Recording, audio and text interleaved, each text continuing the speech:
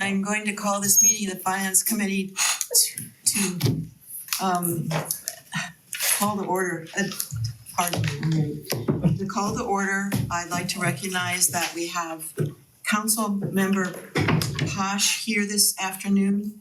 Vice Chair Anthony Maddox Jr. is on Zoom for a bit, and then he'll be joining us. We have Mayor Sarin in the room, Frank Ike from our audit firm, and President Tony Kuda, Finance Director Hairston, Council Member Jim Petrus, Addie Ballister, of course, and Councilor Cobb is also, he will be joining us on Zoom for the whole meeting. So I'm going to skip that email. I want to go in to review the list of requested items that's been before us for quite a while. And Director Hairston has brought us quite a bit of information this afternoon. So if you would begin to give us some descriptions of what you have brought us, that'd be really wonderful. We have your list of requests, and we have been kind of working through the list of the items requested. Some of the items that I have with me today are October, November, and December fund reports with all the funds and the totals. In addition to that, the unencumbered fund balance and quarterly financial statements. I also have with me revenue and expenses from the general fund, and also have the bank recs for the month of October, November, and December. Okay. So procedurally, would you suggest we hand those out, or we are not gonna have time to look over these during this meeting? Unless there's something that jumps out at you that you wanna speak to. So, That's the committee first, I guess. yeah, how would you like to handle it, Councilor Posh?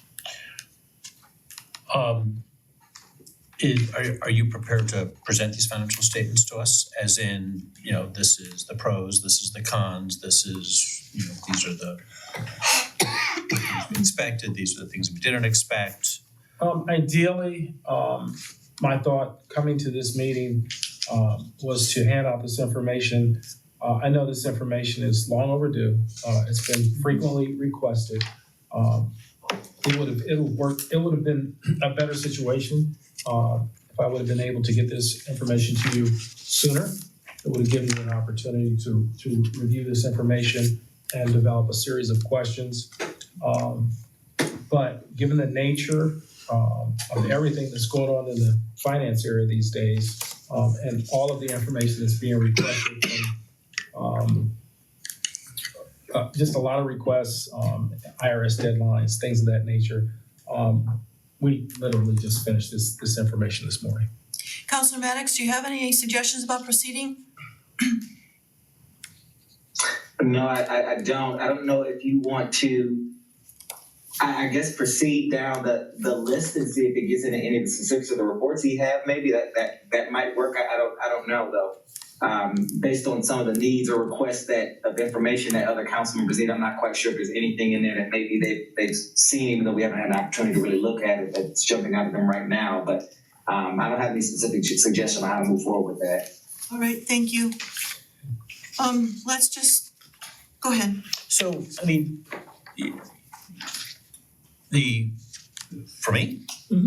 thank you. And hopefully it's well worth the wait. And I appreciate the fact that you've acknowledged the fact that we have them, we don't have enough time to look at them today.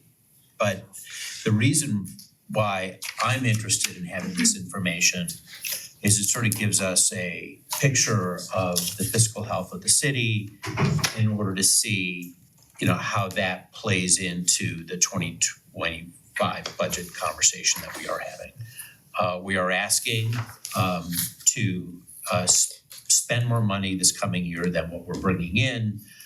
And it's my opinion, and hopefully the overall opinion of this committee, that in order to do that, we really need to have a really good state of, an understanding of where our current financial state is at this particular particular time. I mean, I will give you an example. If we had $1 million worth of payroll savings, I mean, we know we had at least at one point, 50 open positions, but let's hypothetically say if we didn't spend $1 million on something, in my opinion, we could roll that money over and fund additional things for this coming year with that savings. So that so that is the core reason why I'm trying to get a much better handle on these numbers, and now that we have them, we can dig in and evaluate them. So thank you. Counselor Petrus? Is it possible for us to identify a future time when we might be able to ask questions about the documents? So we're receiving them today. So maybe at a future committee of the whole meeting or another time, maybe we could agree to, at that point, raise it. And maybe it's the case that no one has any questions, but just so that we know, thank you, that there's a time in the future when we may be able to. President Kuda, your thoughts on that? Yeah, I mean, we have a 6 o'clock meeting. Is there anything preceding that 6 o'clock meeting? Yeah, the public hearing. Oh, there's the public hearing at 6 o'clock. Yeah. You're correct, sorry. No, besides that, no. Well, one thought is we could meet ahead of, the finance committee could meet ahead of that meeting because we won't have enough time in committee of the whole, because committee of the whole shrunk from an hour and a half to an hour. And there is other legislation on, so that would be one time where we're already getting together. On the 3rd? On the 3rd, I just want to know what the committees, I mean, I think it's difficult to say when we're going to vote on the appropriations budget without having, that would be the cart in front of the horse. But if we were going to try to move any legislation forward, I don't know. I think this is kind of up to the chair, because right now it's really still sitting in your committee. Yeah. One of my thoughts was that today, that I would poll the committee members and see if they're ready to pass it to committee of the whole. The question is, how do we get, according, Counselor Petrus has a point, we probably will all have questions Yeah. after we get a chance to look at it. So how can we air those questions? How best to air those questions? I mean, I guess sooner than later. Chairwoman, I'm sorry. It depends on what you want to accomplish on Monday. I would not suggest, talking about it at 5 o'clock and then, trying to guess what would happen afterwards. Right. Counselor Maddox? Yes, my only concern is just making sure that if it goes back to committee of the whole, that it doesn't have to come back for any clarifying information. I just don't want it to bounce back again. Yeah. So if the committee's comfortable with that and we feel like we can finish that work in committee of the whole with everyone, I don't have a problem with it. I just don't want to see it come back again if we need to flesh something else out. So I'd really like to know how close we were in terms of where the rest of my council members are on this before we were to do something like that, just to get a sense if there's something that we should be having a discussion about in the committee. I'd like to make sure we clear that out before we send it back.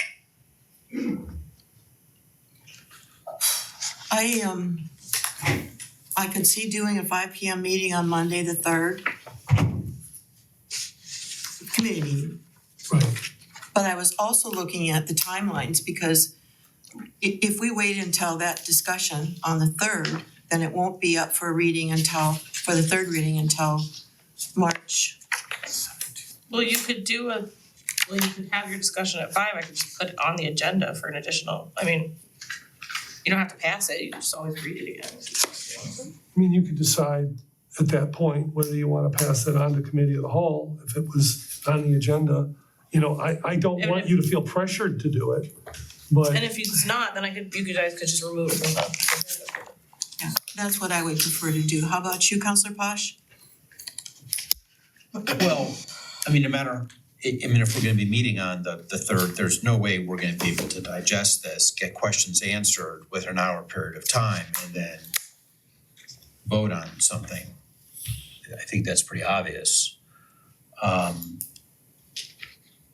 I mean, we need a good meeting or two, hopefully one, where we can dig into some of this. And, you know, we've also engaged Chuni to help us in this review. You know, we need to look at what their timing and their scheduling is too. I mean, for me, you know, I just need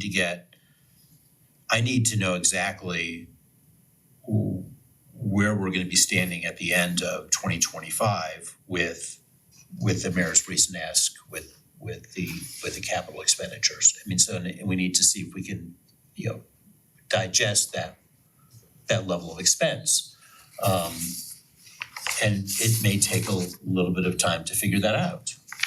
I mean, we have to the end of March. We don't wanna wait as long as possible, but No. I mean, I'd much rather, you know, maybe target maybe a mid-March timeframe. If we can get it done sooner, let's do it. But I don't think a beginning of March is realistic We're voting. for a final vote, final passage. And what Addie's suggesting is that we put it on the agenda for the 3rd.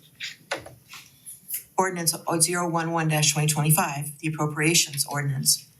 And then also schedule a 5 PM meeting. Or So- it could be 4:30 whatever time you think you need. I mean, I just said 5, but that was just, Yeah, For clarification, Addie's not saying put it on the agenda for passage, put it on the agenda for another reading. to make sure With it's the up there. goal of having the vote on the Yes. 17th, Yes, which is what we've been talking about. yes, yes. Counselor Maddox, anything to expand on that? No, I think that's a great idea. I don't have a problem with that. I hope to get it passed sooner, but I don't have a problem with that. The only issue that I think I'll have is that 4:30 start time. I know it's something that's not in stone, just FYI, I wouldn't be there till 5. well, I'm fine. I think, You're the chair. let me ask Director Hairston and the mayor, as we develop these questions, would you rather have them ahead of time so that you would have your answers ready for Monday? From my perspective, I'm pretty practiced at answering on the fly if I can. So if it's not possible, I'll still do my best. If there are particular questions that you are aware of, feel free to shoot me a text or send an email to me and the director and Administrator Horrigan, and we will try to sort of put together the brain trust to get you some responses even ahead of the meeting if we can. Okay.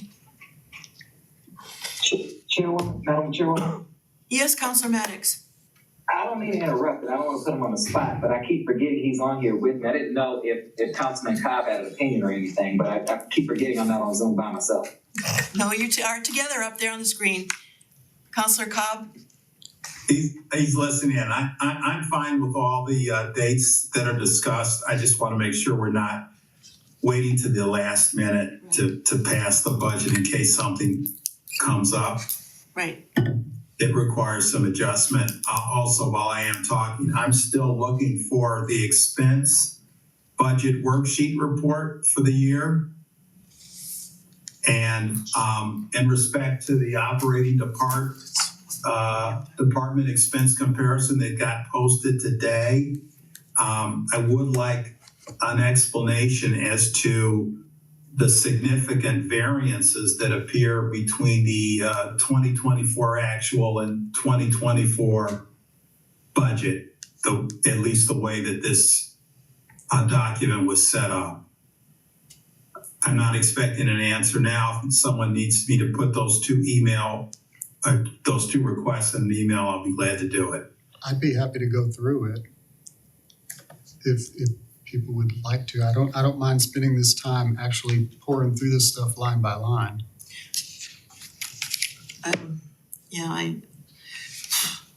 I would like you to address Counselor Cobb's questions, and then we can decide where we're at that point. So, Did you ever you said that Tara had provided a report that was what you were expecting to see from a November report? Well, she gave me a partial one that I had requested back when the budget process began. It just shows the various line items underneath each budget. So it provides some more detail as to what exactly is encompassing the budget and shows the expenses. And I think it's a very helpful and useful document to have.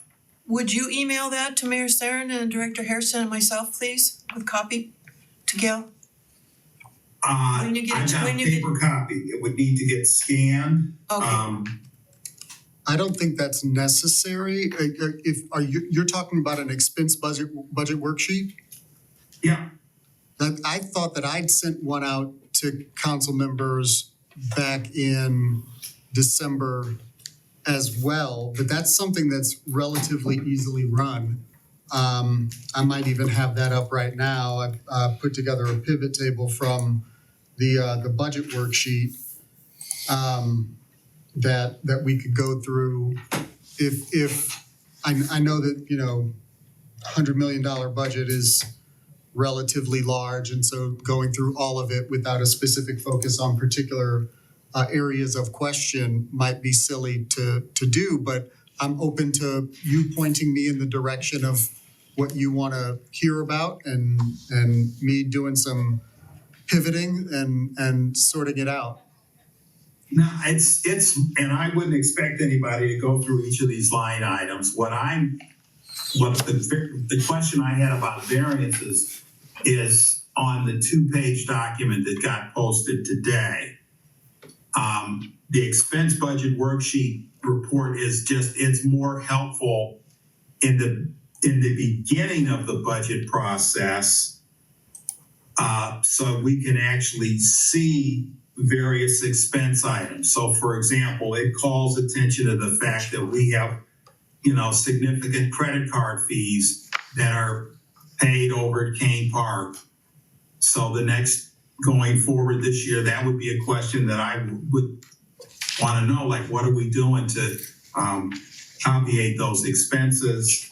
But it's not some detail that I need now to be able to pass the budget.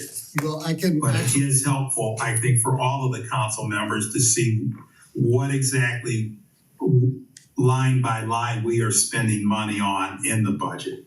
So just as I know that this is not the main point, but I did want to at least address that point. We are likely not going to be doing anything to sort of reduce credit card fee expense. One of the things that we're looking at right now is going cashless at Kane Park. And so we will likely have more in the way of credit card fees, but the credit card fees are budgeted because it's a requirement of taking in the revenue. And so the revenue comes in and we have to budget for the credit card fees in order to go through that process. But the benefit of going cashless is the internal controls.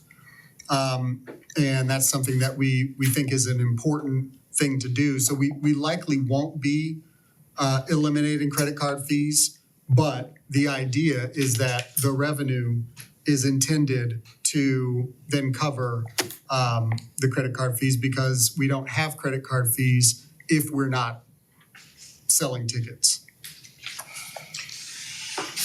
Okay, I could point to other things in here. Again, it's more, this is more helpful in the beginning of the budget process than at the end, and we've gone this far. I don't want us to get caught up in looking at it or having to answer any questions about it. So can they run that report and send it to you, Counselor Cobb? Yeah, they can. All right, Counselor Posh. Oh, before we move on though, is someone at some point before our next meeting gonna take a look and explain the variances from the sheet this morning, the big variances? Can you give me an example? Okay, so for example, as I'm reading this, community services The budget was 1.24 and shows the actual to be 774. Public Works shows the budget to be 53,689, and these are millions. And the actual is shown as 24,766 million. Wait a minute. Hold on just a second. That's gotta be ARPA. So you're talking about 2024 budgeted to 2024 actual expense? Is what you're Yeah. talking about? Okay. I get what you're saying. You know, IT is, it's almost half of what was, the actual is half of what was budgeted. And there may be, and I'm sure there are explanations for it, but careful budgeting would typically have us ending up within 5-7%, unless something unforeseen has happened. The major, just focusing on Public Works for a second, the major discrepancy between 2024 budgeted and 2024 actual is in the capital line. So we're looking at almost 37 million of budgeted capital in Public Works. And the expense in Public Works was 11.7. So a great deal of that was capital that is maybe not spent yet. So like ARPA, for instance, a great deal of that is encumbered, but not spent yet. Right. And when it comes to the sort of the ARPA funds as well, focusing on 2025, we're not budgeting ARPA dollars. So like that's going through the process. But I think the Public Works, the vast majority of that discrepancy is that we just haven't been able to actually get those monies out of the door. Okay. And so- But going back to, you mentioned community services as well. Can I ask a question about what you just said? Sure.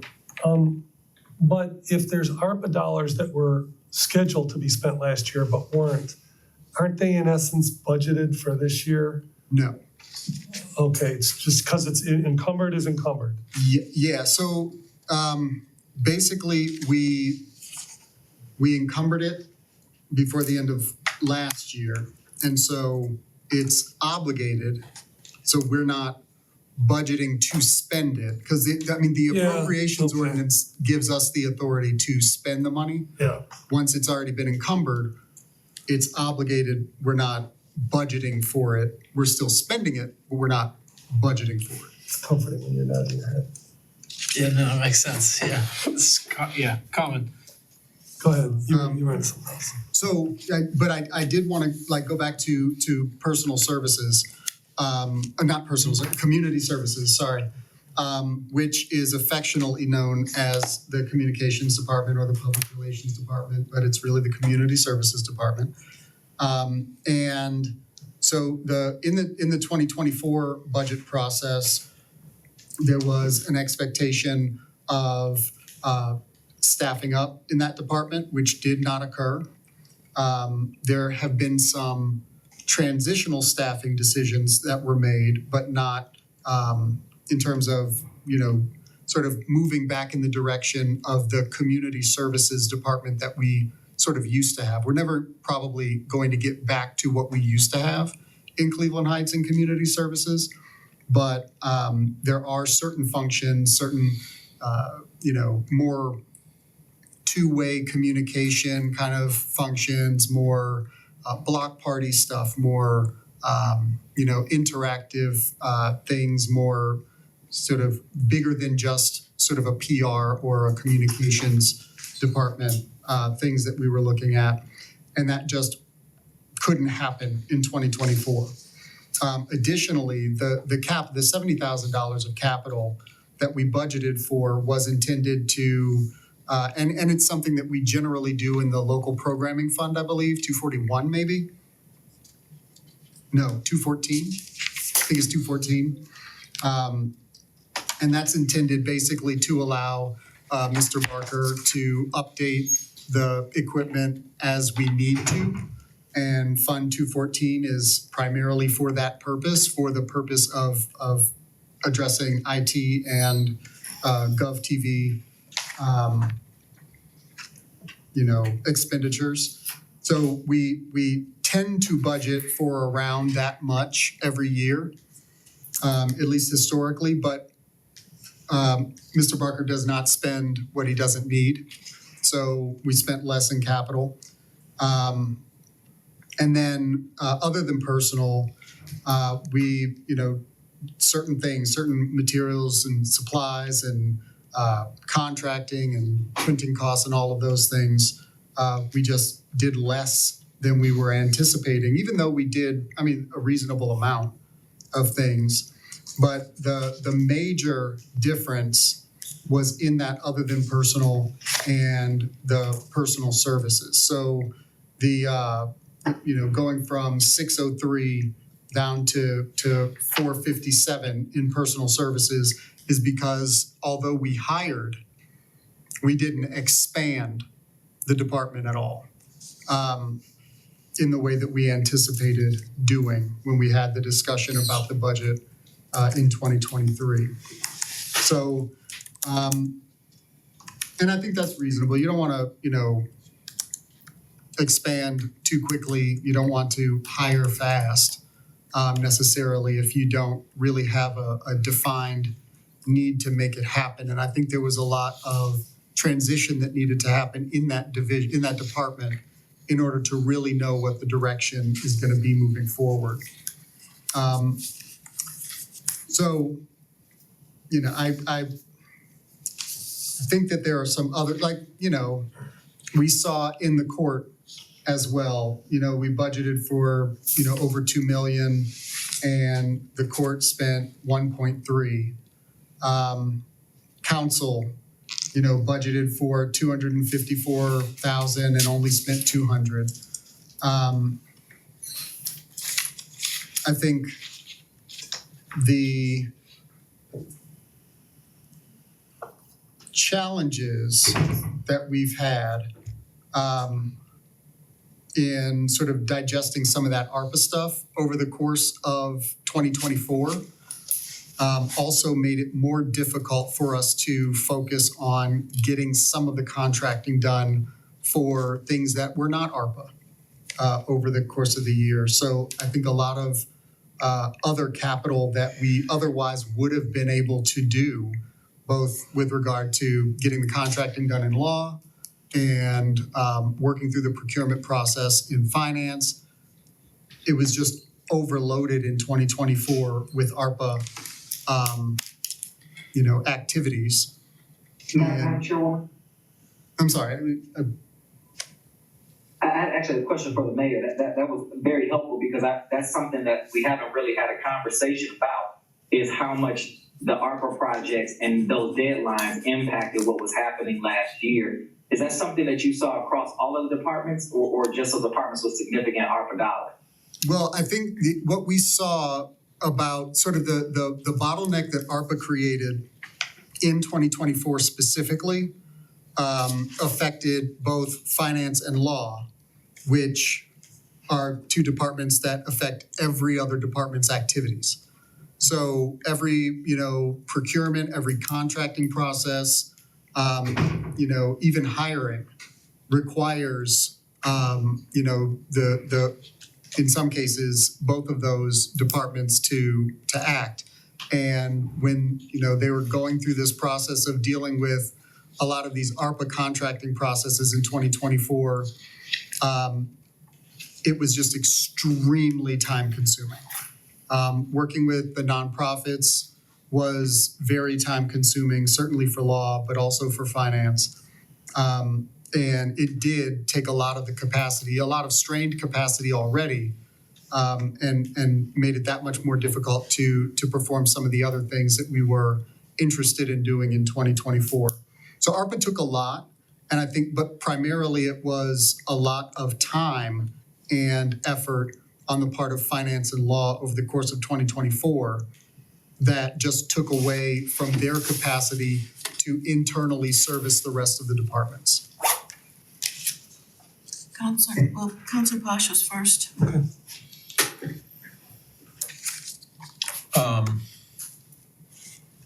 I'd like to I do have some questions about this two-page sheet, but really I think trying to focus on the financial statements for me is more important. I have some questions about that. I don't know if it's the appropriate time for that. I also checked my schedule for Monday, not that the world revolves around me because it doesn't. But my dad has a procedure Monday afternoon. I'll be lucky if I'm here at 6 o'clock for our meeting. So I can't do an early meeting. What's your availability on Monday? You're available at 5, Anthony? Counselor Maddox? On Monday? Counselor Maddox? I'm sorry, my mute wasn't working. Yes, I'm available at 5 on Monday. Okay. Sorry about that. Alright, so I think that's what we'll do, is schedule 5 and maybe make sure that you get some questions answered today and any that you don't get Email answered. questions. We'll make sure that we ask them as well, or you can email the questions to the mayor and Director Hairston. Does that work for you? Cause yeah, we need to move it and get it back in the stream on committee of the whole. But I'm feeling pretty deflated when I hear that. Of course, if that's the way you wanna proceed, that's fine. But I mean, we've been waiting for weeks and weeks and weeks on these, okay? And now we're against the deadline and I can't ask my questions, but I will do my best to get them asked. So go ahead. Well, we just got this. I mean, I'm not gonna get everything right now to you. So I'm looking at the fund balances for December. And I'm looking at the 240 line, the local fund recovery For December? for December. And it shows we have so this is, if I recall correctly, so correct me if I'm not correct, but this is the primary fund that's been holding the ARPA monies, and there's 2.4 million of unencumbered balance shown on the report. 3.4. 3.4, shouldn't have that been all cleared out at the end of the year? Yeah, that is just an anachronism, basically, or a vestigial, it's in the system because it hasn't, the obligations haven't been reflected in the system yet. I received the reporting on the ARPA expenditures, ARPA obligations, and just to confirm that our obligations have been met. So I'm not questioning that, I believe that's true. no. I'm not, but the issue for the point of having a statement that we can rely on, I mean, I will tell you, for example, one of the things I'm gonna look at is the total unencumbered balance. And it's essentially 73.7 million Well, that at the end of '24. you would remove the ARPA and you'd get to the 70, which So my question here is, are there other things on this listing that, you know, you would normally clean up at the end of the year? Because this would be something I would think that would be something that would normally get cleaned up at the end of the year. So that's why when I'm running the fund reports with an interest in looking at 2025, I'm excising local recovery altogether because it's just not useful for looking at 2025. So yeah, this is something that, you know, our total obligations are $38,817,062 for ARPA. So just to ease your mind on the ARPA issue, not that you needed it eased, but anybody who might. That 3 million that appears here is, as far as I'm aware, unless there's something else that I haven't been made aware of, so I don't wanna speak out of turn, but I hear your concern about, is there other expenses that have not been reflected here? I think ARPA is particular because of when all of those obligations were made at the very last minute in December. But no, I don't believe that there's any other example of that, at least not in my conversations with either Director Hairston or Mr. Feltz, related to sort of our expected ending balance at the end of 2024 and beginning balance at the beginning of this year. So at some point, there's gonna be some transaction that we're gonna approve that's going to negate that amount with those? No, you, council has no need to act at all. Council's done all of what its responsibility is for obligating those funds. And the only thing that needs to happen at this point is to ensure that all the journal entries have been made for ARPA to make sure that, you know, it's reflected in our system. But the obligations have been entered into already. But you have to move it into an encumbered, you're encumbering the monies, So it's already encumbered, technically. it's just not put in the report. It's just not showing here. And so I'm having Director Hairston and Mr. Feltz, they're gonna be working with AD Anderson and AD Iorio and Assistant Law Director Heltzel in all likelihood to make sure that, you know, they're going through our reporting, tying it to our 2024 ARPA. But we you know wanted to make sure that you saw that 3.4 million so that we could then explain to you why it's still there.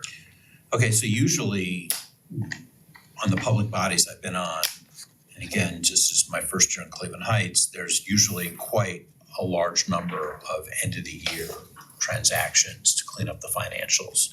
I mean, things like, you know, tax payments that are due here and there.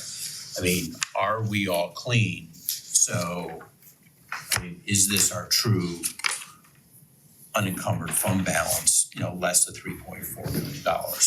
So like looking at general fund, looking at that 27 million, that is a yes.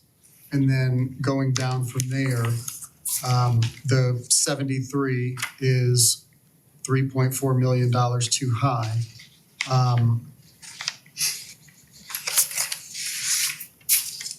But I mean, do you have any more information to provide about any other changes that we would expect to see here? Because that's not my understanding either.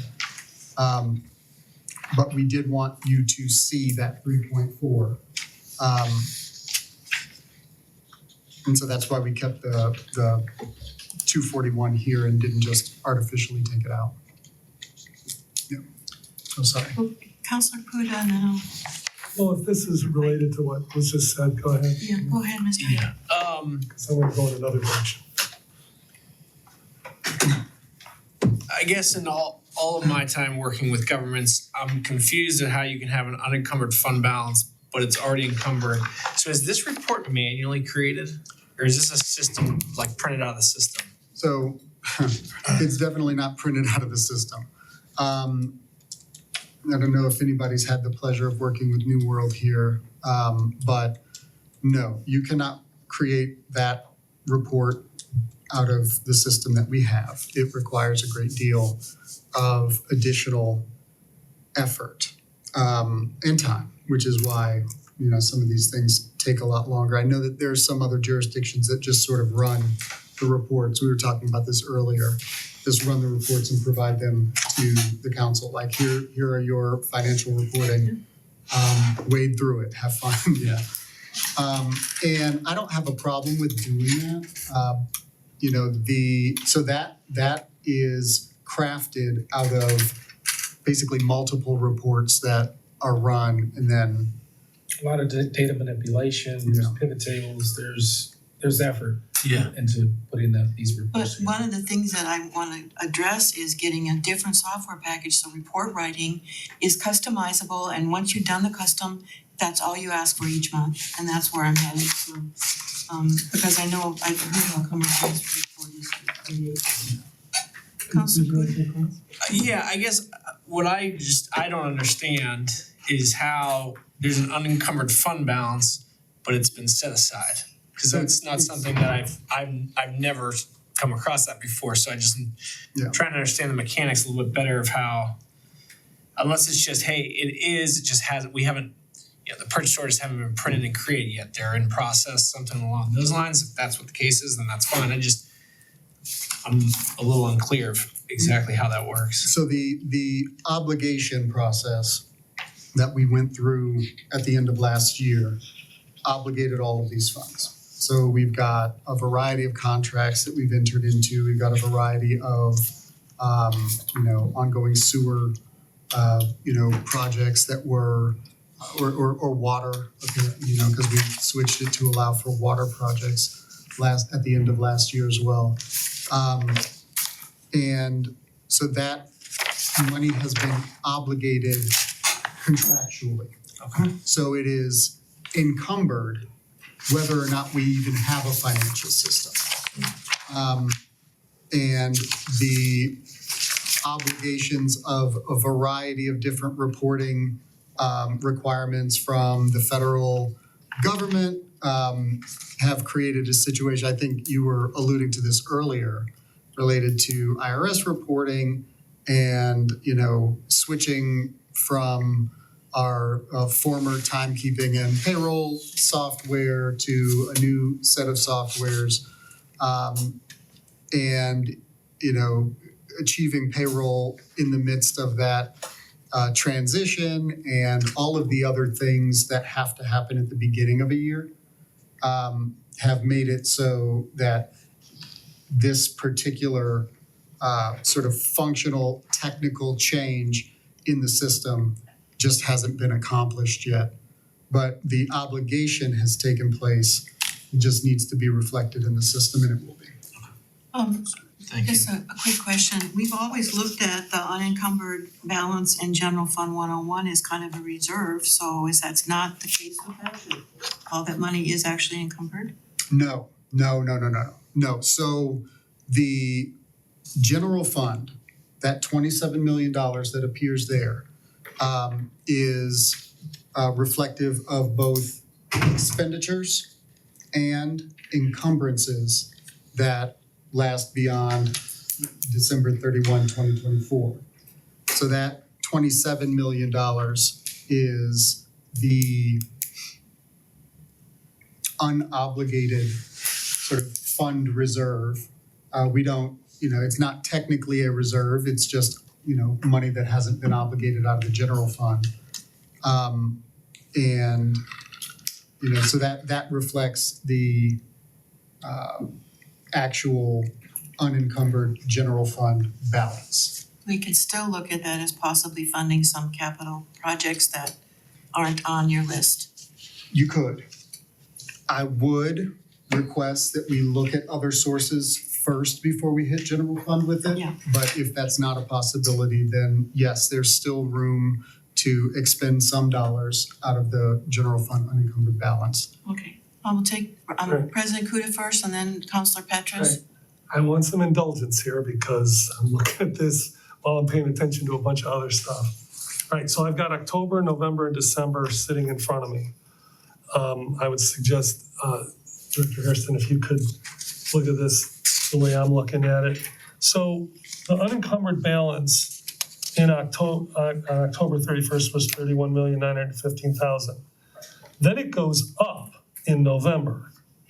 But I'm looking at the bottom lines and our expenditures, as you would guess, had gone up, from month to month. So my question is, and then I'm looking at December, where it goes up 3 million and then down 7 million between October, November, December. Then I'm looking at the expenditures at the bottom, okay, and I'm seeing they're going up year to date in the second last column. So what I want to know is, how does our unencumbered balance go up when our expenditures go up? Because we're getting revenues. Of course, but like some unexpected revenues at that time, or? I wouldn't say unexpected. I mean, why are the revenues outpacing what they would be in other months? I mean, I don't know that they did, but I assume we got revenues in December too, but we still spent more money in December, understandably, especially at the end of the year. I know we try to finish up a lot of stuff. So you're saying the revenue went up so much in November that it exceeded what we spent So like, for to instance, the point where our unencumbered balance went up $3 million. if you take a look at our sort of unencumbered balance at the end of October for all funds, you see that 97 million. Yeah, And then in November, it drops to 88 million. yes, And then at the end of December, it drops to 74, but really it's 70 because of that 3.4 million. But so that the unencumbered balance is dropping over the course of those 3 months. So we end October with 97 million in all funds unencumbered balance. The year-to-date expenditures plus encumbrances goes up over the course of those 3 months. right, but the revenues, 52, 55, 58. Now, are you talking about general fund specifically or all Yes. funds? Yes, I don't have time to, Yeah. I haven't had time to, So and I'm asking. revenue year-to-date in October for general fund Yeah, was 52 million. And then in November, we end November with an additional like 3 million. 7 or something in general fund specifically. And then at the end of December, another a similar amount increase in revenues in the general fund for each of those 3 months. Or 2 months, I guess. Yeah, and I see the expenditure, the year-to-date expenditures and encumbrances only went up like $1 million between October and November. Between October and November. Yeah, and then it goes way up. For general fund I in mean, December. Yeah, this is why you don't want to try to digest all this in meeting, but I understand it now. Thank you. Councilor Petrus.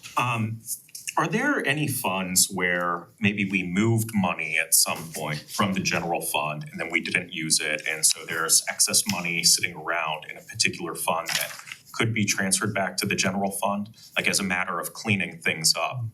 Is that something that we want to consider? So depends on the fund. So sometimes when you move money into a particular type of fund, it's hard to move it back. So You may not want to move it back. and you may Like not the want. scholarship fund. Yeah. The like some of our funds are more restricted than others. Obviously, the general fund is our all-purpose fund, but if we move money, say for instance, from the general fund into a dedicated capital fund, and with the intent of using it for capital expense, it may be difficult to move it back into the general fund. But a lot of times that's sort of how we fund some of these things. I'll give you an example from not our jurisdiction. I think I talked about this in the last meeting or the meeting before that, how Shaker Heights funds its capital projects. They basically, at the end of every year, they see where they had surplus and they take some portion of that and they direct it to economic development or capital fund. Our economic development fund technically is a capital fund. And, so they take that money and they are pushing it toward that surplus general fund dollar. They'll push it to their capital fund in order to fund capital expenditures. So we do that relatively regularly where, every year we're transferring out from a variety of funds into other funds, either in order to make them whole or as temporary transfers in, because that's an option for us. We can temporarily transfer funds into a fund that we know the timing on reimbursing revenue might be lagging. So we'll sort of pre-fund a particular fund out of the general fund and then expect a reimbursement from that fund that was sort of loaned money from the general fund. A couple different ways that you can do it. You can either do a transfer out, which is sort of expected to be a more permanent transfer out, or you can do a temporary advance or something like that.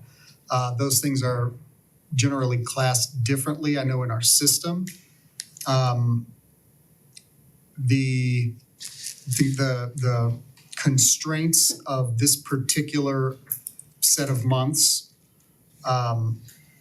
probably don't have a lot of bandwidth to parse that right now. But I don't know, and this would be a longer conversation, but we could take a look at our non-general fund funds and see whether or not it makes sense to return money from one of those funds into the general fund and whether or not it's legally permissible. We'd have to take a look at each fund in order to know what the restrictions on that particular fund might be.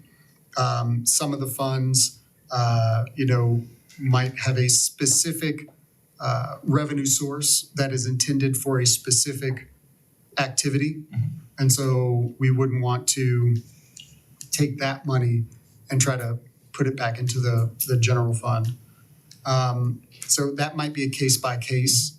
And, I think that's probably something that we can look at long-term and look at the health and strength of each of these funds. Frankly, I feel like some of these funds, and certainly a whole hell of a lot of our accounts and departments might need to go.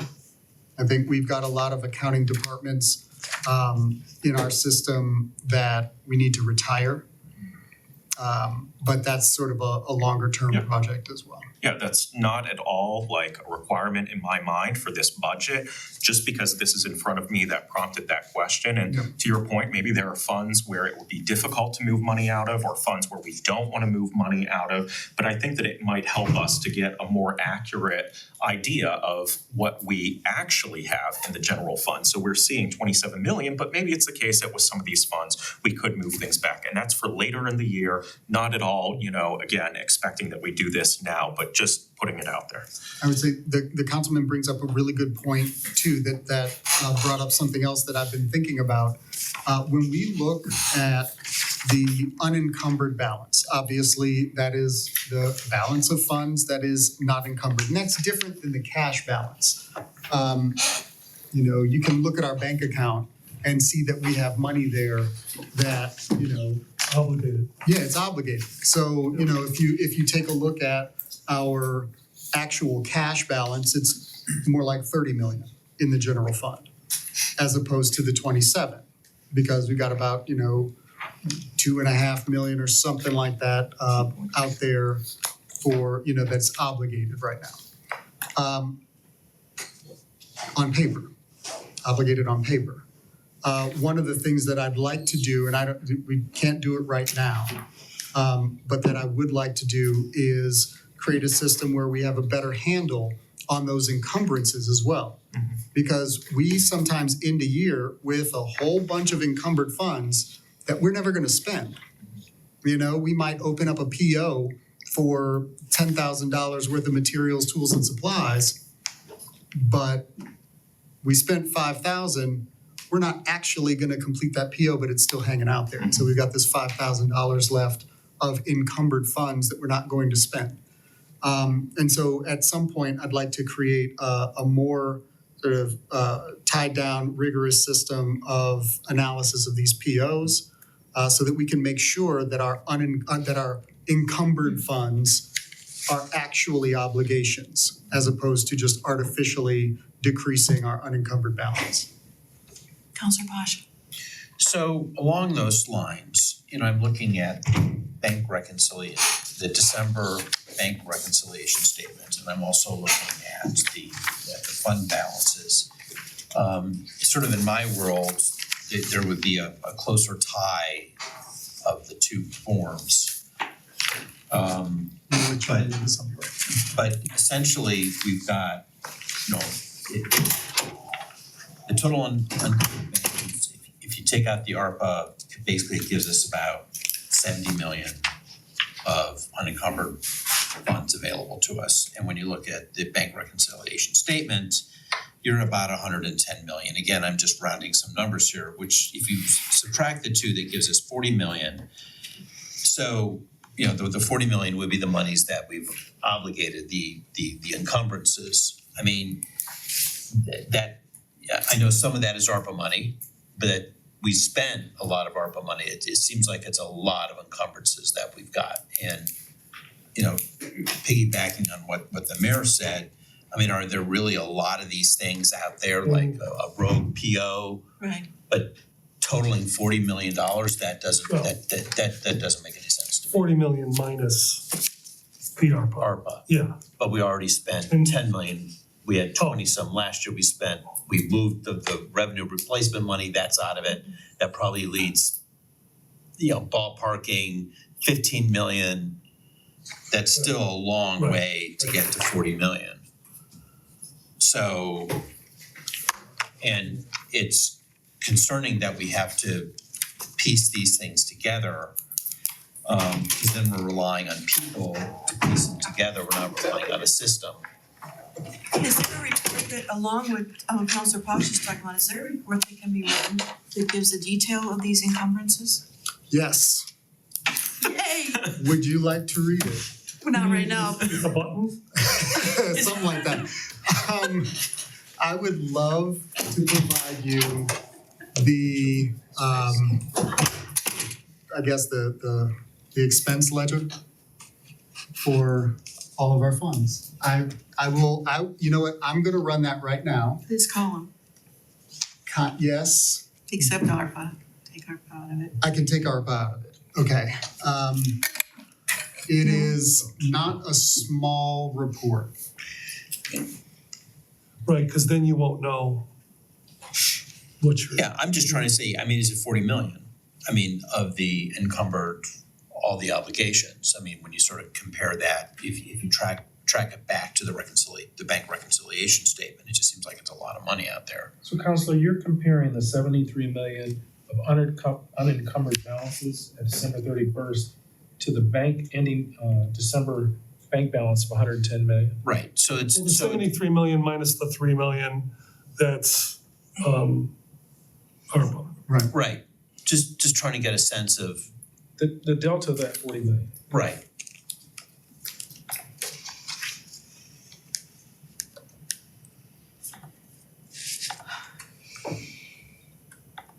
And again, it looks like these are all handcrafted. And I appreciate there's probably a labor of love that goes along with that. I don't know about love. But there's also a lot of room for errors when you do it. And I'm not accusing anybody of making any errors, just saying, but you know, it really should be, if you keep your journal entries up, you push a button and the reports theoretically should just pop out. I know it's never that easy, that's a joke, but I have another question, and this is just I feel like I have to ask this as a council person. Are we up to date in all our IRS filings and payments? And I ask, and I'm only asking that because there's a line in this bank reconciliation statement that I just need to ask the question. So what I would suggest is that we have a different separate meeting and involve the law director in that meeting in order to answer your question. That seems reasonable. Okay. Do we want to do that with the finance committee? Do we want to do that with council as a whole? I mean, I can't theoretically call a meeting, but I could ask my peers to do so. Two things. Madam Chair, oh, I'm sorry. One is that I would encourage you to give the law director a call and get some information even ahead of time, just to have a conversation about that. But additionally, let's see, I mean, this could be maybe a committee of the whole executive session kind of situation for a brief conversation about that. Not this committee at all. We don't have any extra time. But also, speaking of law director, this week rather than next week, he's gonna be out for a little bit after Oh, yeah, Surgery. so March 4th or 5th, sixth. maybe 6th, okay. Thursday. Anything else, Councilor Todd? No, Madam Chair, is there a lull in the action? Well, Councilor Maddox, did you have your comment, were you able to make that? Yeah, yes, I was just suggesting a committee of the whole, as the mayor suggested, so I just reviewed it myself, so that was it. Councilor Cobb? Yes, I can make that. Okay. Mr. And Hack. then, Oh. are we still asking questions? Yes, we are. Okay. Mr. Ike's got a question. So And then come back to me when you we'll do. get everyone done. Thank you. In funds 402 and 602, Which month you looking at? this is December, at year end. There's significant encumbrances still outstanding at year end, almost 2 million, just over 4 million in those two funds respectively. Would I just, to have 4 million of encumbrances for the sewer fund, is that related to a capital project, or is there something ongoing there that there's such a large amount of encumbrances? That's related to a bunch of capital projects. We're currently engaged in a years-long and expected to be years longer, correction of our sewer system. And so we've got a lot of irons in the fire on sewer in particular. We are constantly engaging in projects and moving forward on projects. And some of that is the result of that. Our sewer system is in violation of the Clean Water Act. And we're in a partial consent decree with the federal government right now, the EPA and the DOJ, in order to correct those things. So this is a part of our ongoing, continuing work on our sewer system. Now, 402, that 2 million, I don't know precisely what that 1.9 million in encumbrances might be. Do you know offhand? The camera project that Ryan was working on in IT, Mhm. where they're putting cameras on utility poles throughout the city is a part of that. Okay. And I guess ultimately my bigger question is, thank you, that was helpful. There's no duplication with what that is versus your 2025 capital ask, right? These are completely new projects in 25. Correct. Any continuation or add-ons, or they're all brand new? So our capital requests, some of them are, and this has been, discussed in terms of like what, projects we didn't get to in 2024 in order to move forward. So we've got, obviously some capital where it's just an ongoing, like we're continuing to pay for capital. Or we are continuing to pay for certain hardware or software that we, need to pay for because we're obligated to do so every year. But as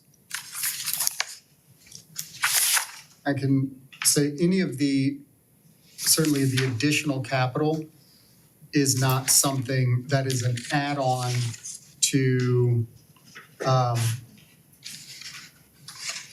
some other. Let me make sure I'm stating this appropriately.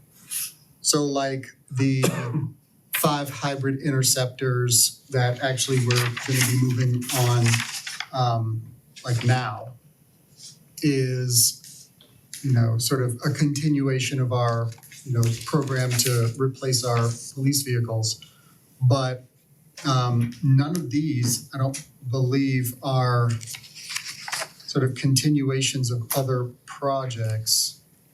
So it's not like a phase 2 type thing, of three-phase type project, which is like, hey, Sewer we really need project to do is. this. I guess technically, sort of like the Safe Streets for CH is an additional, like the new, $1 million that we're gonna be expending in 2025 is sort of, it's kind of a phase two.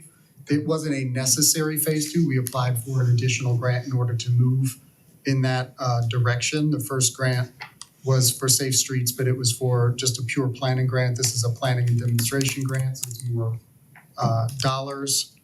I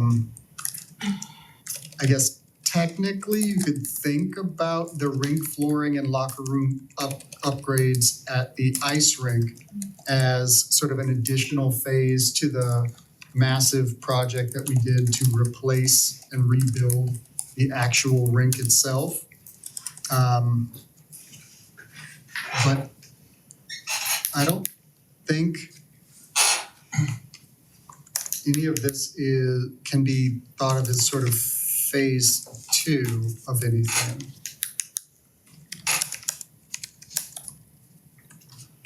Not that I can think of. Thank you. One of the exercises that I went through for myself was based on your capital request list. Yeah. I went through and looked at each one of these funds that you've listed on here and to see if there was in money that we were seeing at the end of 2024 that would cover the things that you requested, because you're using those dollars for some of these capital requests, and they all they fit within the money that's in those funds right now. So that was one of the things that I was looking for. Counselor Cobb. Yes, thank you. This is going back to the operating department expense report that was posted this morning. A couple of, I guess, one observation and then some questions. I went and I totaled the personal services for last year, what was budgeted versus what was actually spent. And there's over $8 million in personal services under budget.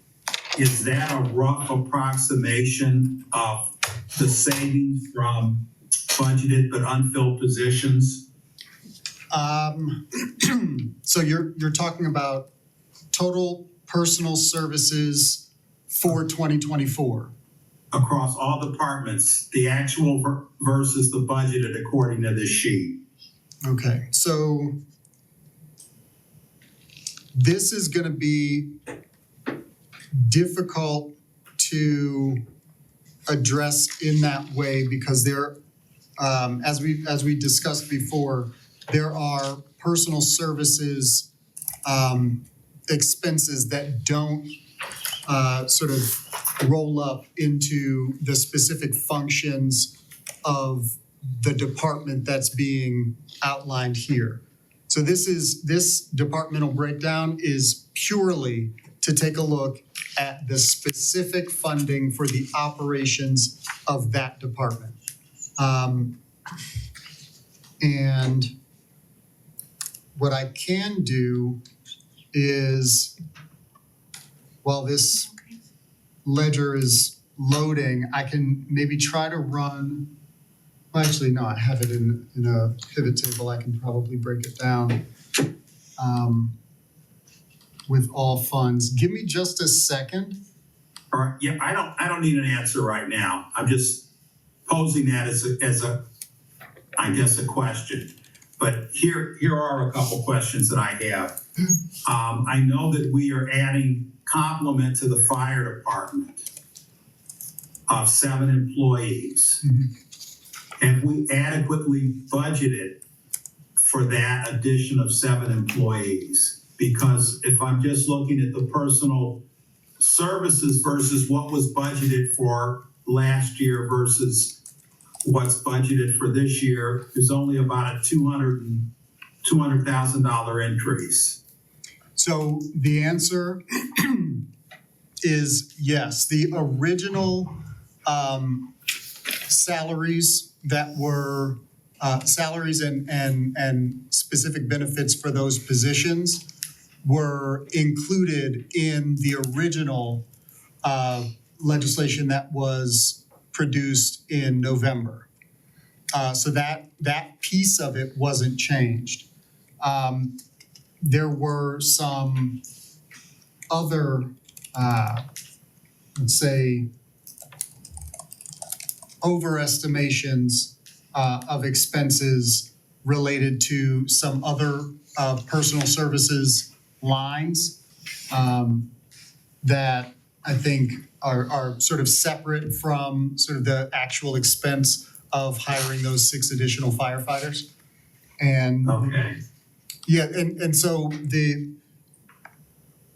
additionally, the budget that you're looking at in fire is the amended budget. And we amended the budget multiple times, but specifically also to, because we hired those additional firefighters not this year, but last year. So we amended the budget and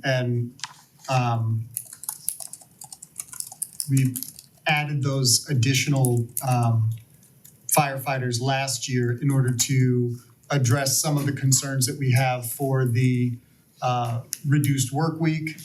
And then also the council was kind enough to move forward on that. And for the addition of higher run volumes over the last, several decades.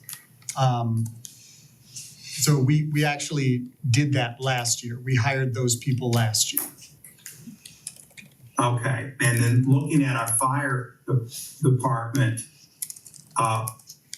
we actually have budgeted less for this year than last year, although it is more than the actual. Are we going to seek to have a full complement in our department, or at least we're not going to reduce the number of officers that we anticipated hiring last year? Is that correct? You're talking about for police? Right. We're not anticipating we're going to reduce the force, are we? Oh, absolutely not. No. Okay. Because I'm just, and again, the personal services is, and I understand there was a big difference because we didn't hire some officers, but the personal services budget for 2025 is less than what was budgeted for 2024. Yeah, and so the primary reason for that is not salaries. The primary reason for that is taking a look at historic spend on hospitalization and even some overtime. Like for instance, in fire, we have increased the number of firefighters, not just to make up for the reduction in the work week, but also to deal with this increase in run volume. So we added more than we needed to make up for the decrease in the work week. And what that should do, that additional complement of firefighters should reduce the need for overtime because we've got more staff. So that's sort of one small example. Additionally, when it comes to overtime, actually, and this is another example from fire, we requested that council approve moving forward in fire prevention with an additional fire inspector. Right now we have one. And although Mr. Streb is very accomplished and knows what he's doing, Mr. Streb also is required to burn up a lot of overtime because he's the only one doing his job.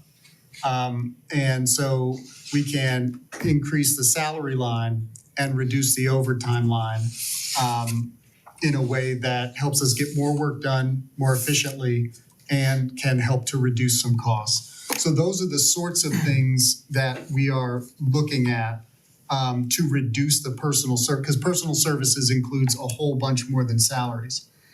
And so thinking for 2025, total personal services budget, we're looking at $60 million, $60,600,007. Inclusive of benefits and everything.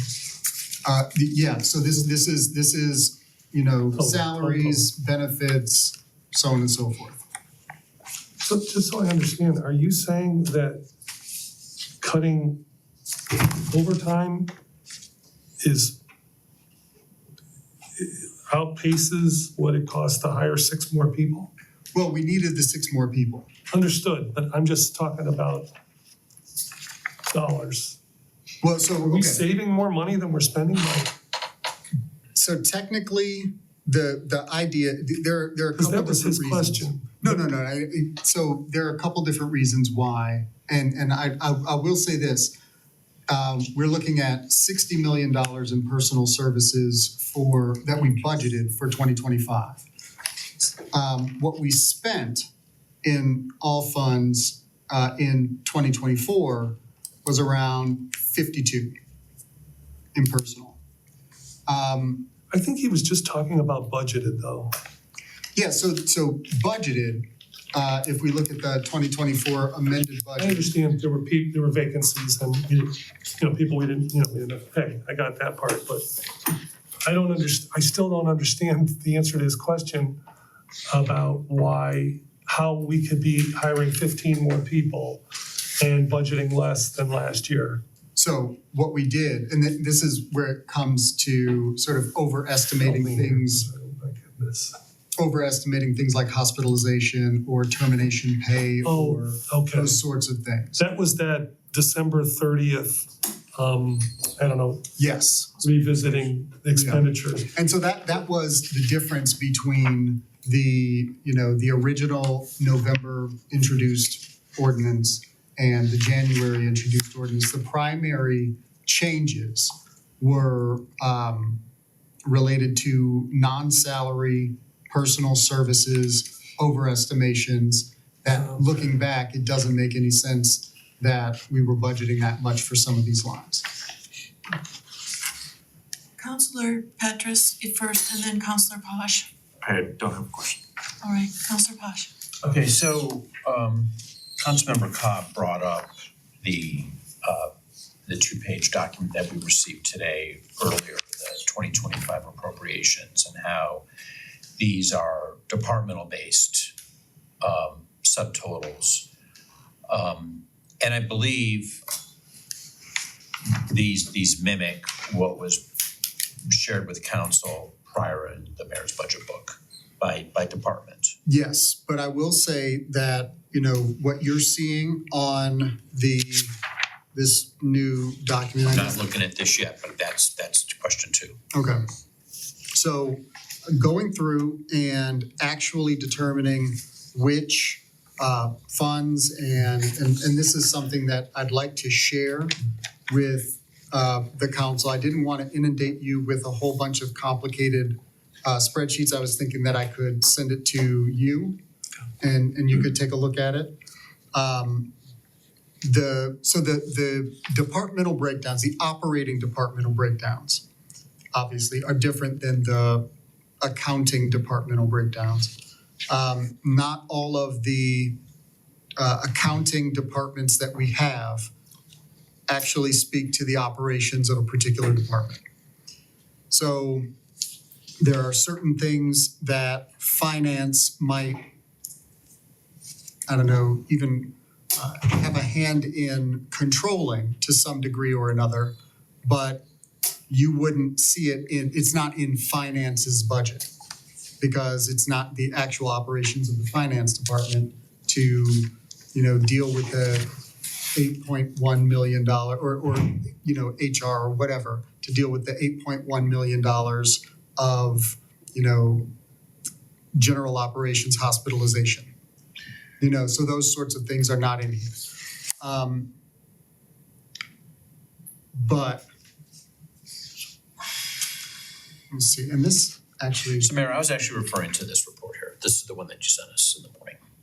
It's not disappeared. This one. I used that one. The one that's on the website. Yep. Yeah. And that's pretty much the same as this. This is, I think, broken up in a different way. We've got like architectural board of review in here for not, in my view, a good reason. But this is not actually sort of this is not the departmental breakdown. This Okay, is, so I'm gonna recast my question. Yeah. So the two-page report that we received this morning. Yeah. That Councilmember Petrus just showed everybody, the one that's now up on my screen that nobody can see but I'll me. pull it up. So this particular one, this is the one that mimics what is in what we typically find in the mayor's budget book. Yes. Right, Okay, in so terms of the categories. as far as the categories, right? And one of the concerns I brought forward is sort of like, it's the one big difference between the budget process this year and what I saw and how it happened last year, is that there is sort of a non-departmental set of totals of things. You mentioned one earlier, hospitalization.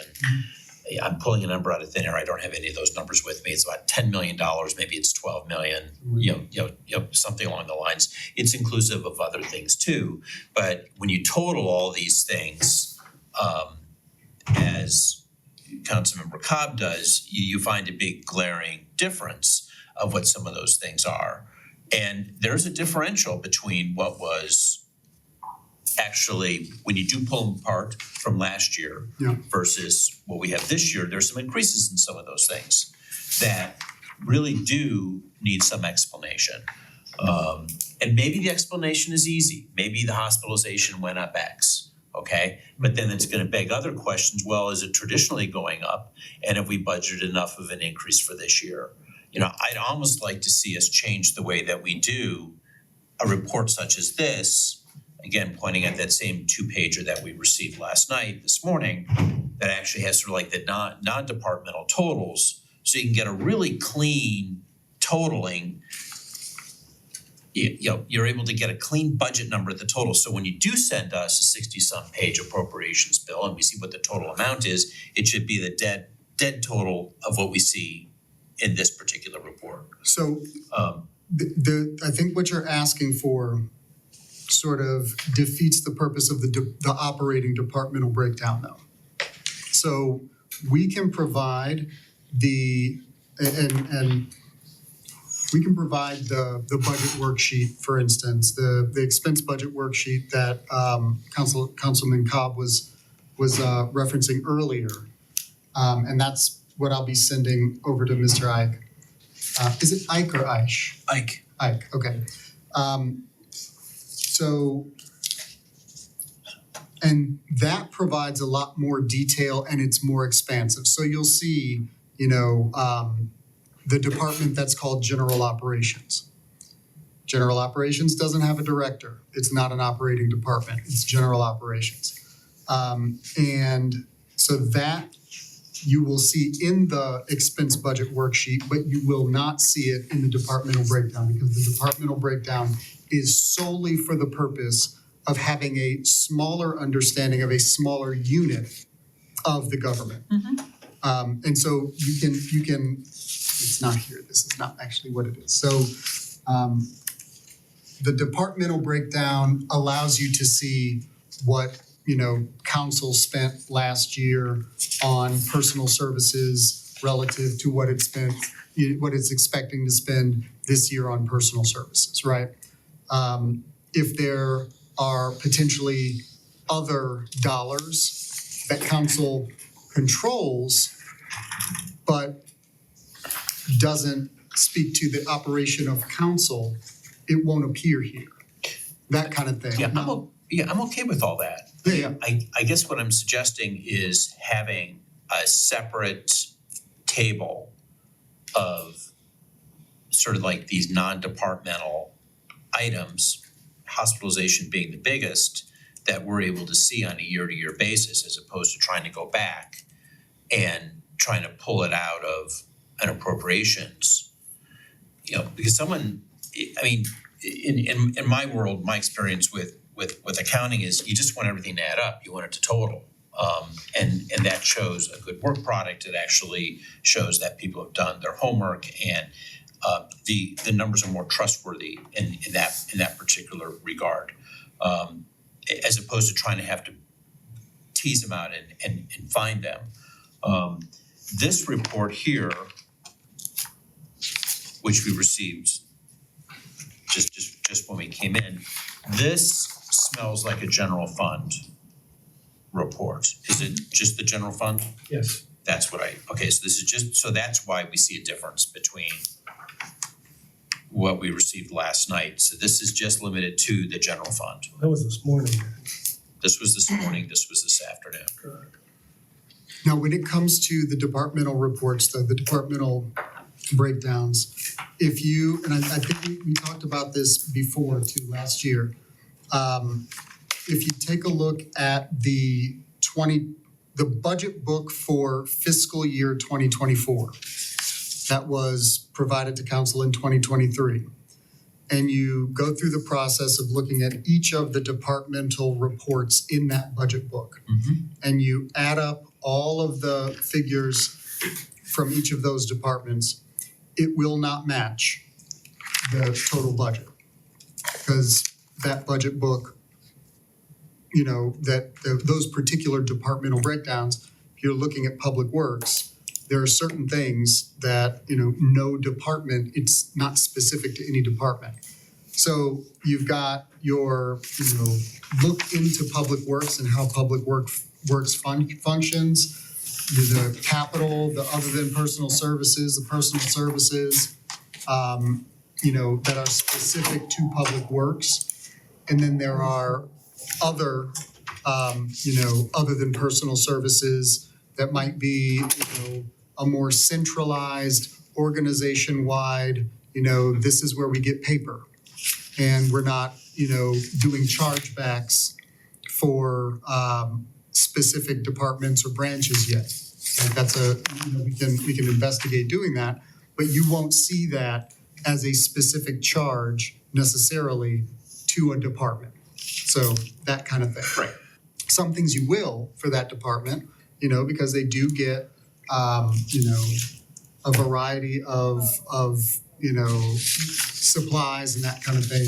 Others you might not. Sometimes you'll see in general operations that there's money set aside for additional contractual expenses that are not specifically tied to a particular department because it's sort of a contingency fund in case there's a need. And so those sorts of things wind up not showing up in the departmental breakdown because it's not specific to a department. Hospitalization is one of those things as we're currently budgeting and as we have been budgeting for you know, the past however many years. So I say all that to say that we can, and I would be happy to take a look at any particular account that you would like to drill down on. And we can do that either with a pivot table or just taking the raw data and you know, doing a filter. But do not rely on the departmental breakdown for that. Instead, rely on the departmental breakdown specifically to get a window into this department is spending X dollars on the people who are working in that department. That kind of question is what that report answers. Counselor Posh, I am concerned about proceeding. I've got one more question to ask about previously passed legislation. And I'm concerned about Mr. Ike because of his time commitment today. And everybody else today. Where we could go on the 3rd is that 5 o'clock meeting. But I wanna make sure that Counselor Posh, you have the opportunity to get your questions asked before we vote on Ordinance 11, 2025. So how can we accommodate that for you?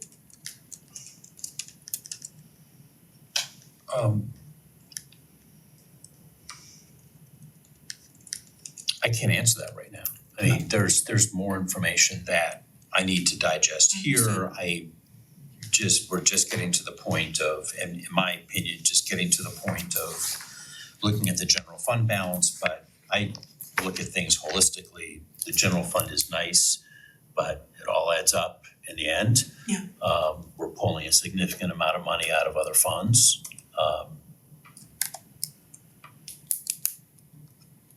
I can So provide. I can't answer that question. Right.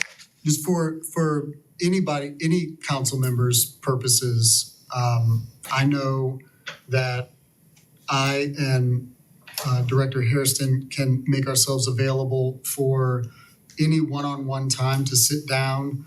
We can throw, a table up there, do a pivot table and actually go through the data and answer your question and show our work. We can sit down and sort of work through it. If you want that detailed look into this and drill down into any of these funds, like we can, talk about the fact that, we're looking at $17 million budgeted for hospitalization specifically across the organization in 2025, whereas our actual spend in 2024 is, 14.9 to 15 million. So we're sort of increasing it. What you saw in the previous version of the budget was an increase that was dramatically higher than that unnecessarily. And I think you can take a look at our 2024 budget. We budgeted 16.6 million organization-wide for hospitalization and spent 15. And now we're budgeting 17 total, which is a reduction from the original legislation that was proposed in November, but still an increase in order to be conservative about what we expect to spend in hospitals. We don't want to be, caught by surprise. So we're increasing it, but we're not increasing it to say 19 or 20. And we're gonna see all that in comparison to the 2024 numbers. You can if you'd like. Well, is it your plan to provide that to the finance committee?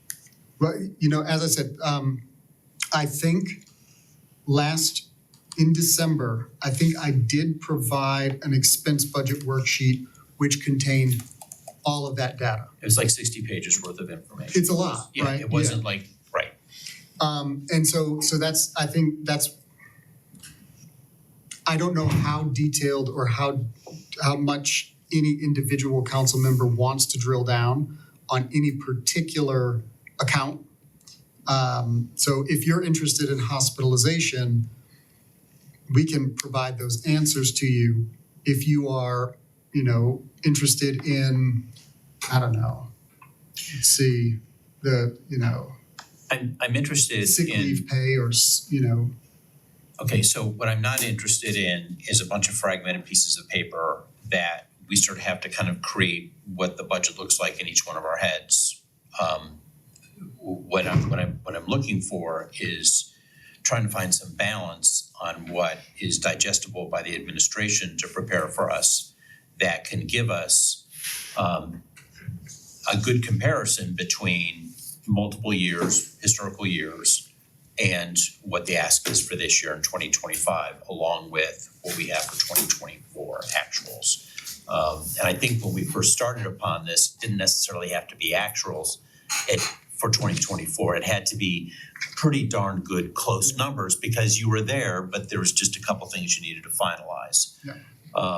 So what I see as far as what has been presented to us thus far is the closest thing that has come to all this is the document that you prepared last night for us that we received. That's this 2 pages. It's by department, but what it's missing is all the non-departmental categorized items. And if you can just add another, not a departmental table, but a table of items that would include those things that are sort of non-departmentalized. And if they total up real nice to what your total budget ask is, that would satisfy a couple of the remaining things that are on our list. So let me explain how we got, and it's unfortunate in a certain respect. I appreciate the technology that allows people to attend this meeting virtually. It also means that it is more difficult for me to use the big board to show what we're doing here. So I'll just have to explain it, and then maybe if we can do sort of an offline meeting, maybe the two of us can sit down with you at some point and go through this. And that's an open invitation to anybody. What we can do is just, I can put it up there, or we can look at my laptop and go through it. So in order to produce the document that is currently on the website, that operating departmental breakdown, what I had to do was run the budget worksheet showing 2025 budgeted, 24 actual, 24 budgeted, 23, 22, 21, and 20 actual. I don't think I threw all of those on there. Excuse me, Mayor, are you talking about the report that you originally created in the budget book in November that Director Hairston has? No, That one? Wait, it keeps going away. Yeah, I'm not gonna touch this my one. screen anymore.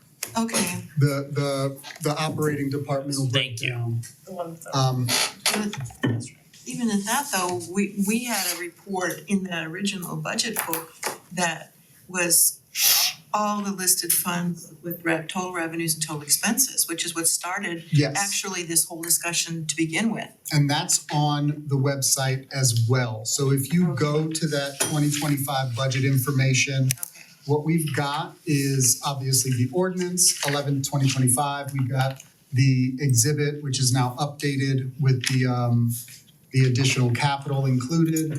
And then we've got this 2025 revenue and expense estimate data.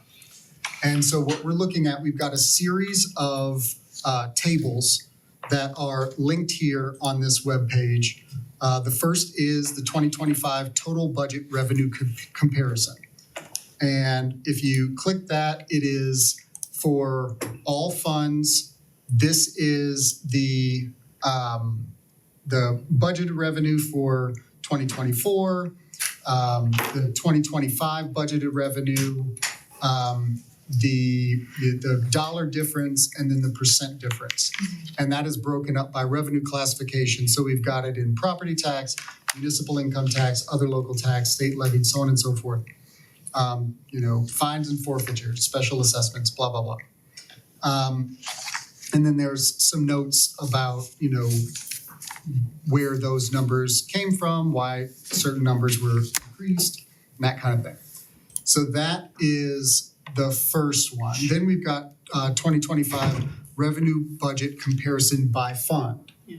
And that is sort of the list of all of the funds, and then 24 budget, 25 budget, difference in dollars, and difference in percentage. And that's by fund for the 2025 budget. And this mirrors what was in the 2024 budget book. So basically, I took the 2024 budget book, looked through all the tables, and replicated those for this virtual budget book, basically. And we do the same total budget expense comparison by expense category. And so that's personal services, other than personal services, capital, non-government, and operating transfers out. Now, since then, we've added capital, and I've not updated this particular document. It's just, kind of a busy work thing, but I can provide that information relatively easily, and I think it's provided in other ways. But Well, you have funds that will cover the additional capital, yeah. And then it goes the expense budget comparison by fund, and it does exactly what you were talking about. Each fund, this year's budget, last year's budget, and the difference, that comparison. And then it drills down into the general fund for revenue and expenses and comparing them to the previous year. And then the fund summary, the additional capital expense request showing all of the current capital and then additional capital. And then this departmental detailed expense comparison showing each of the operating departments according to their account classification or expense classification, capital other than personal services. So all of those tables basically mirror the tables that you found in the 2024 budget book that we created in 23. The additional budget worksheet that we're looking at, I do want to get back to just a very brief explanation of how we got to that departmental breakdown. So you run the budget worksheet with the current expenses budgeted in our proposed 2025 budget, our current numbers for 2024 actual, the 2024 budgeted figures, and going back. I think we just went back to 22 for the document that's on the website. We can go back to 2020 for that. And so what you get when you run this report is just a long list of basically accounts and budget figures. So we're looking at a list of, we're at, over 1,900 lines here.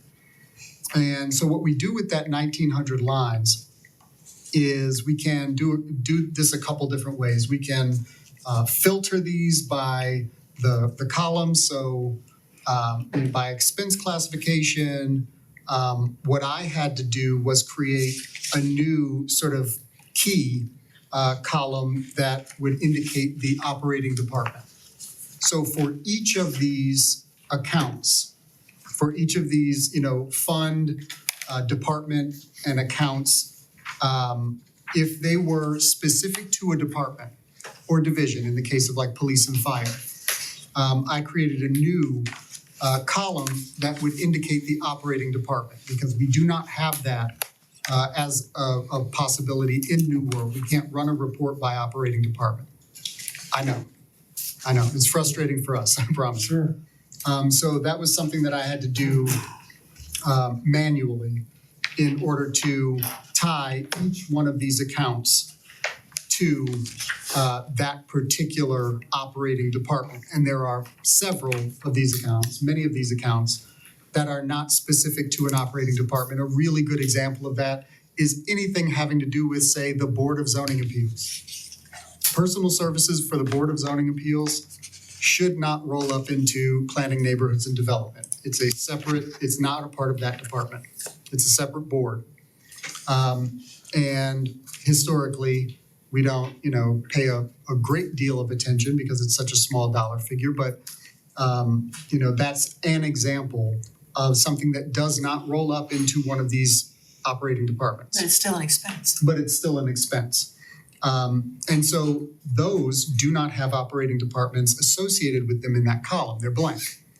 Additionally, let's see. So okay. We've got these 1,954 lines of, expenses, basically, broken up by fund, account type, department, expense classification, the description of that class, the account number, and then by year in some other columns. And so you can manipulate this data through filtering by column. So you can just, if you want to just look at police as an operating department, you can filter out everything else.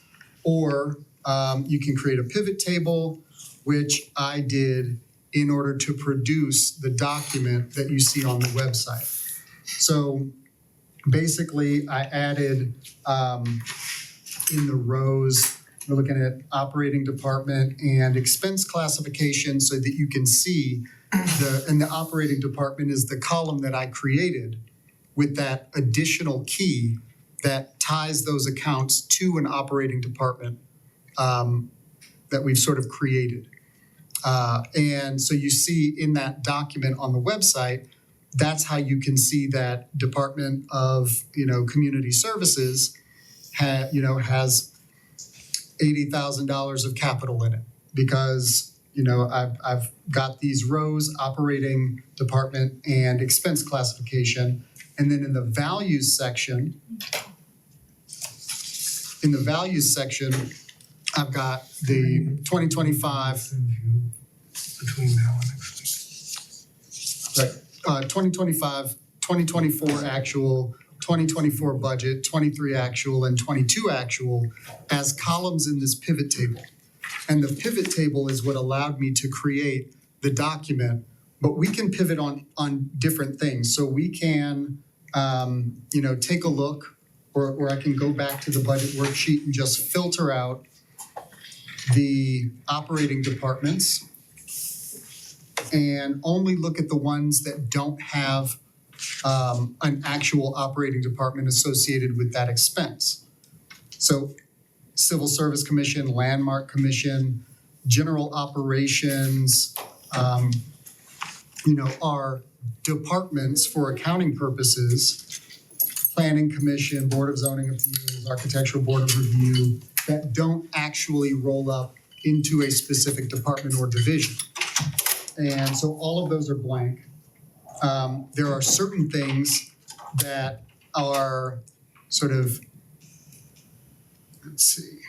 And I can actually right now, and this is something that I'd like to do for council members if you are interested. Can I leave it up to them to contact you about that? Absolutely. But 'Cause- we can take a look at like the 2025 budget for everything that is not associated with a specific operating department. That additional is $17,613,205. Can you send that to us? Well, that's the thing. I can send you this entire budget worksheet. I suppose I could maybe just send you I'll work on that. Yeah, I mean, if you're able to get the information to create the tables by excluding things, you can just choose those items that you'd want to include in a table that are not departmentalized. Yeah, That's I can- what I believe you would, but I don't have access to the sheet. I don't know what it is. I do have to tell you, I don't want to walk down the slippery slope of how we can improve this process for future years. But Mayor, it bothers me that you have to do this work when we have budget funds available where we can get the resources in your department to get this work done. Because your time is incredibly valuable as our CEO, and it kills me when I see that you're doing this work, although it is extremely helpful, but it kills me when I see you doing that. I have a bigger question. I'm still trying to get a handle on where all this stuff adds up. I'm on the website and I pulled down the fund summary for the fund summary is the third one up from the bottom on your website of forms. It's the, And that needs to be updated. well, okay, this is exactly where we need to, Yeah. this is where we need to get these things figured out. I mean, what's accurate, what's not accurate, because unencumbered fund total, which we received today, is 70 million. When I look here at all the fund balances. Was it like 86 or something, 85? It's like a $15 million Yeah. difference, which is a large difference. Was that minus 3 months? No, This no, no, is no. the So- estimated. In part, so that was, it's a timing issue in part. But the other change is the addition of that $9 million of capital. Oh, right. But, No. oh no, you're talking about for this end is- of 2024. Yeah, end of 2024, Right. it's essentially 85 million versus 70 million of total fund balances. And then when you start carrying that over, we have a projected ending balance at the end of 2025 of just another $1 million, but we know with the items that have been presented to us, and even before those items were presented to us, that wouldn't add up, right? Yeah, I think So this that needs to get, that original fund summary was, and this is what you'll find basically. I think the original fund summary that I sent council in the first place had us in the general fund ending the year at approximately 19 or 20 million in general fund unencumbered balance. I That was see the original. 30. No, this was before in December. Okay. So yeah, and so that was the estimate at that time, which was revised upward. Because you have actuals now. Because we got closer to, we had closer to actuals here than we had previously.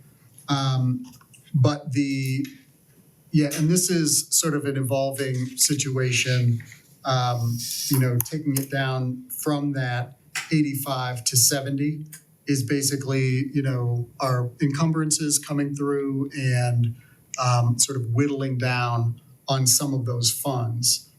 But let me see. I think we'll probably be able to take a look, and I mean, you have this already. You can potentially take a look at the difference between the, per fund, between like where that ending balance discrepancy comes in. And so, anytime that we are trying to produce a budget before the previous budget period closes, we're estimating. It just seems like a very large difference. The 15 million. Yeah, that's, Look, yeah, I mean, I'll put it this way. If we're looking at a $70 million all funds reserve on a $105 million expenditure versus an 85 million all funds reserve. Yeah, the 15 is a large delta. But I think in this particular circumstance, I think we were in a safe place either way. And we're still in a very safe place because we're looking at a 70% reserve. Are you interested in updating those reports on the website so perpetuity they go forward? Or are you gonna just put a note on there that these were estimates based on the time? Is there some way Right. to reference it so people who are just looking at that report and they have the same question that Councilor Posh has, that you can say this was based on estimates as of this November date. 30 or whatever. That would be very helpful. Yeah, I can do that. This shouldn't be all that difficult to update once I probably need to work with you and Mr. Phelps though to make sure that, this reflects all of that other stuff. Councilor Posh. yeah, so probably one of the most important pieces of document that we have is the fund balance. Okay, so this is, so what we received today at the end of the year, this is half of it. Okay, the other half is how this, of what this plays out for 2025. Yeah. I mean, that is absolutely critical. I went back here thinking we already had it. It certainly needs to be reworked. Oh, yeah. I also would like, I'm still waiting for those end of year entries that zeroed out the negative balances that you needed to do for that state requirement, and I'd still like to see what that entry looks like, or however many entries it was. This work that they were doing on these end of year reports is leading to getting you the All rest right. of that. Thank you. Yeah. I would like to, Counselor Maddox, are you still here? Counselor Maddox? Sorry, I'm just gonna leave myself off mute. I don't know what's going on with that button, but I'm here. Okay, the plan would be to ask you today as a committee members, Councilors Posh and Maddox, if it's okay to move the ordinance 11/2025 forward so that we can have it on the agenda on Monday, the third, but not to vote. Is that okay? I don't think so, but I mean, we're not there yet. No, I know we're not, but we're not gonna vote on Monday. It will still give us some time to get our questions answered by the 13th. I'm okay with that. I'm comfortable with that. It gives us, it gets it out there so we can move forward at the same time and still opens up the door for those questions and any clarification that people have. But at least it allows us to continue to move forward at this point. I think it gets us easier there, but that's just my opinion. And how about, and meeting at 5 o'clock on the 3rd? So unfortunately, Counselor Posh can't be there, but you'll still have opportunities. And then we have to do another we're not gonna send it back to finance. I don't wanna do that. But if it could be on the committee of the whole on the, what's the last, second, 17th. the 17th? Might be the 18th. I think the 17th. Yeah, I mean, I don't think we have anything lined up yet for that. So 5 o'clock for the committee meeting, Counselor Maddox on Monday, the 3rd. Okay? We'll get some questions, have some questions available at that I time. would just say this, if anything, we've got this when we sat down, so let's be fair. If people come up with, enough things that we need another committee meeting, Okay, because we won't be able, I mean, this was 2 hours and we had no information. yeah. One could extrapolate from that, when we're sitting with the information, there might be more questions, I don't know, maybe less, I don't really know. How do we ascertain that? Well, we can't, but since that's an unknown, I wouldn't rule out having some type of finance committee meeting in between March 3rd and March 17th. But that's up to you. I'm just saying to allay your fears, that would probably help, just knowing that you could have another finance committee meeting. You Well, can then- have it whether or not it's in. Along those lines, that's what I was stating too. Maybe we shouldn't pull it out if it might end up back into that. That's what I was trying to avoid, is that back and forth with anything. Right, So we need to keep it here, and that, just to make everyone feel more comfortable, I'm fine with that. I didn't want to send it back to come back for any additional clarifications if I'm understanding that right. I guess my point when I said to put it on the agenda is if you decide at your committee meeting on Monday that you want to move it out, then it can have a reading to at least be discussed. If not, you guys can just say amend the agenda, we'll remove it, it's still in committee. yeah. You know what I'm saying? So But Counselor Posh won't be there on Monday, so it will be just Counselor Maddox and I making a decision. okay. So if you wanna just not include it, then we can do that too. What did you say? I'll be there at 6. Oh, yeah, right, so we can make that decision in the committee of the whole meeting. Can you put that on the agenda then? Well, I mean, Madam Chairwoman, Yes, go ahead, Counselor Maddox. I did have one question though. We're doing this at 5 o'clock. I just want to make sure that anyone who has any outstanding questions, does that availability work for them, not just the committee? Because I know there's so many outstanding questions based on that information. I would hate to do this at 5 if folks can't make it. So is 5 a good time for everybody to make sure that they're there? Because I don't have any other clarifying questions, and I just want to make sure that we're getting things answered by the people who still need them. Counselor Cobb, can you come at 5? You already said so, I think. Yeah. And I don't know about Councilwoman Russell. yeah, I don't know. Madam Chair, just I was specifically concerned about her as well, because I know that 5 o'clock slot is tight for her, but I didn't know what additional questions she had from the list, or if any. If anyone's spoken to her, maybe they could give some clarification, but I didn't know. But that was one of my largest concerns, is that as we're going through this, we haven't heard anything from her in terms of whether or not her concerns were answered and she's good to go. And I just want to make sure we're doing this at 5 o'clock. And she can't be there. She does have those concerns that at least we know that. So that's what I was trying to figure out. Addie, can you reach out to her? And if she can't make it, then I think we should do a doodle poll just in case. Let's see if there's some other dates and times between the 3rd and the next date. I did want to re-emphasize.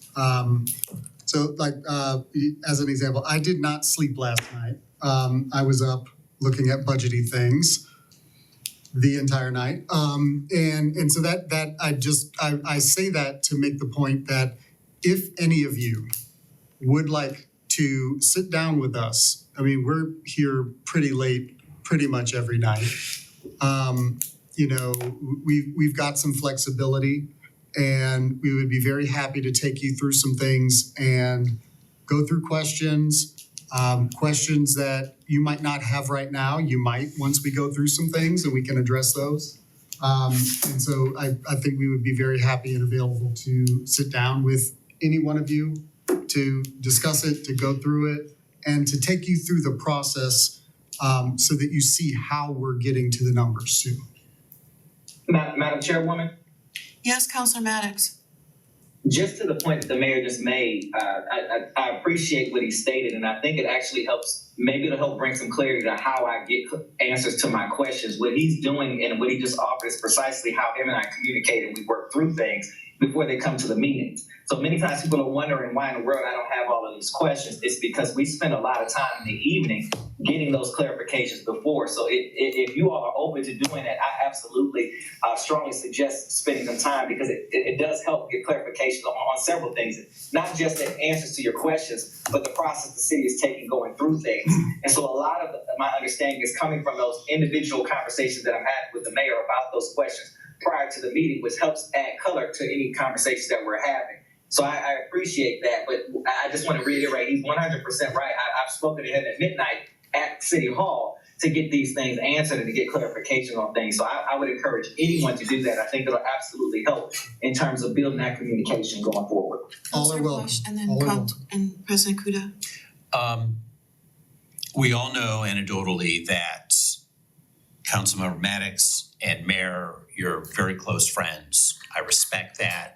I expect that there would be that kind of dialogue between the two of you. But the deal is, that kind of conversation when you're talking about something that's detailed regarding, for example, this budget, should be happening at this table with all of us. And I'm not saying that anything was been excluded, but you know, we should all be at that same level of comfort that Councilmember Maddox has with this budget. And we're still teasing out more information. And I suspect by the time you guys meet on the 5th, there's still gonna be additional teasing out of information. It's unrealistic to assume that you're gonna have a meeting on the 5th, we're gonna come to terms with an overall amount. I mean, we still haven't gotten information where you actually see the clear picture of what the budget is. I mean, maybe the mayor, you see that, but I mean, when you just sort of look at the fund balances, my last series of questions, I mean, I still don't see what those fund balances are gonna be at the end of 2025. Yeah, I can piece it together, I believe, if the stuff I have is accurate, but I mean, we're seeing stuff that has to be reworked. It's been Formatted. yeah, well, yeah, I could get around some of the formatting, but I think the public needs to see it formatted, because this is not only what we see, it's what we're actually, you know, giving out to the actual public, you know, which is why it can't be in a bunch of piecemeal basis. But the train of thought I was on before is it's unrealistic to assume we could have a meeting on the 5th, Well, the And- third. the 3rd, and even if we come to terms with, okay, we have all the information, we still have this hurdle to overcome of, are we willing to spend this much more than what our revenues are, which is gonna leave us X in the bank at the end of 2025? Are we comfortable with that big thing? And that in itself, I believe, is gonna be a hairy conversation that we're gonna be having amongst ourselves and with the administration. I don't know, maybe it'd be okay, but I get the sense that if we're spending more than 10 million than what we're bringing in, that's kind of a big number. I mean, we really have to be really sure that that's okay for future councils and for the future of the city. That in itself is gonna be a big conversation that's gonna Are have you to happen. counting capital expenses in that Yeah. difference? Of course we are, you have to. Capital expenses, we can justify them because of the balances that are in there as of 12/31/24. It's So still money. It's still money. But it's not deficit spending though. It is. But it's more than what we're bringing in. Okay, But- I think Mr. Ike probably explained this relatively well, maybe like 4 meetings ago, I don't remember exactly when it was. So the idea of deficit spending is that you are spending more than you have the means to spend, right? Yeah. And what it doesn't contemplate in that, and this is why I sort of push back against the nomenclature, the deficit spending category on this, or characterization on this rather, is that, you know, if any one of us decides that we are going to put money away for a rainy day, you know, maybe just in case we lose our job, right? And so we're saving, and then we lose our job. We've saved all this money. Can we not spend the money that we saved? Or even better, let's say we don't want to take on more credit card debt, or we don't want to take out a home equity loan for a particular improvement to our home. And so instead what we do is we live below our means for a while. We save money on exorbitant food prices by, you know, eating cheaply and, you know, so on and so forth. And we start saving money. And we save money all throughout 2024 and maybe 2023, maybe even going back to 2015. And then at some point when we have saved a large amount of money that we can pay cash for the home improvement instead of taking on debt, when we expend that money that we've been saving on that improvement, deficit spending doesn't actually convey what you're doing, because it's a particular negative connotation that indicates that we are living beyond our means when it comes to these capital improvements, when in fact what we've been doing is neglecting our needs for over a decade, probably over maybe around 2 or 3 decades. And since 2015, with the addition of the slightly higher income tax and other economic factors, we've created a situation where we've got in many of our funds a lot of cash. So, you know, if we've got, you know, X number of dollars in the sewerage fund, you know, maybe it's 10 or 12 million dollars or something like that. The fact that we did not create that revenue this year should not mean that we can never spend it, because that's what deficit spending would be. If we were thinking about it that way, that would mean that the money that we currently have in these funds, we will never be able to spend them, because that would be deficit spending. We don't need to mince words. Everything you said is absolutely correct. Yeah. Okay? But the issue here is we're still spending more than we're bringing in. And are we comfortable with that? Are we comfortable taking money out of savings to do things that are likely necessary? But are they? I mean, these are questions that are on our shoulders that we, you know, as part, you know, that we have to do. It seems to be a big number that we're asking for. Not compared to last year.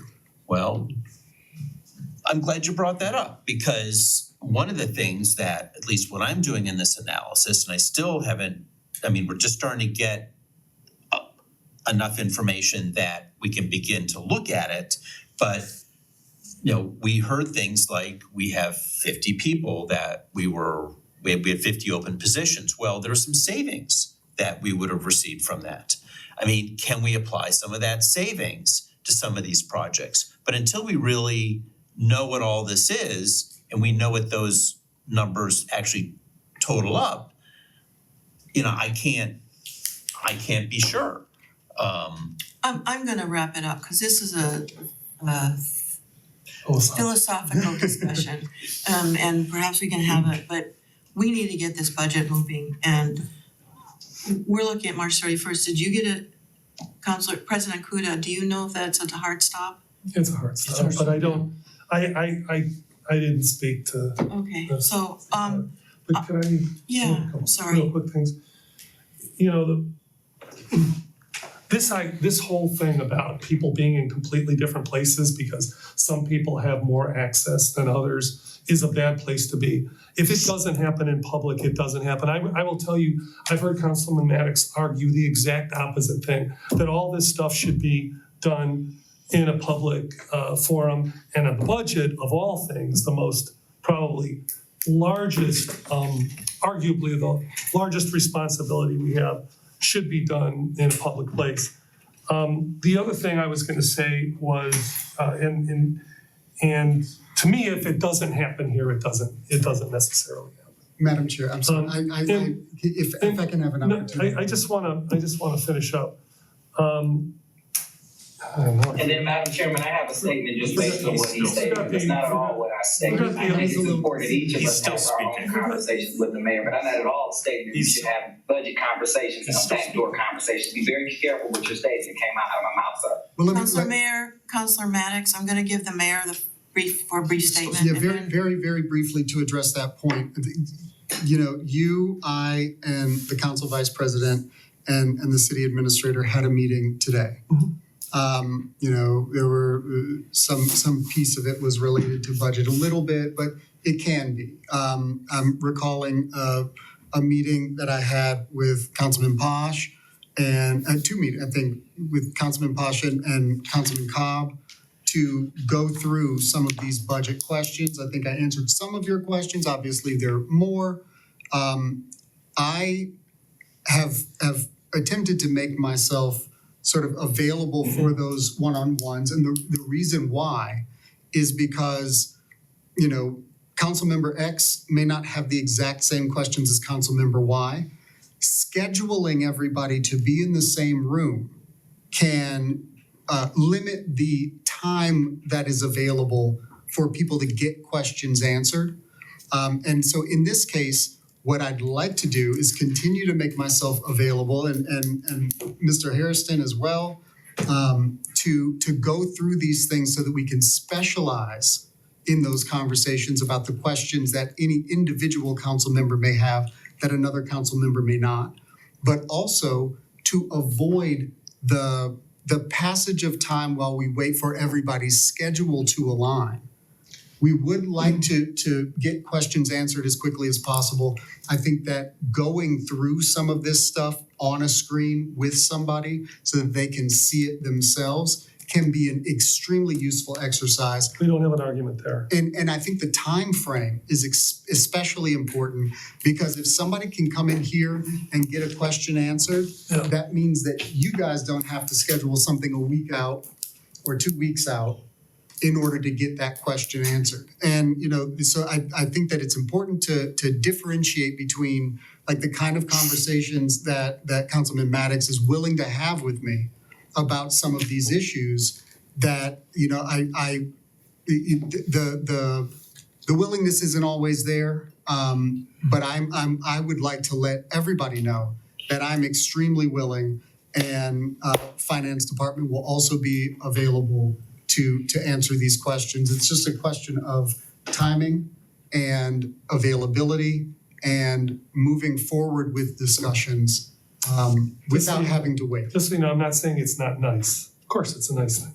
Go ahead.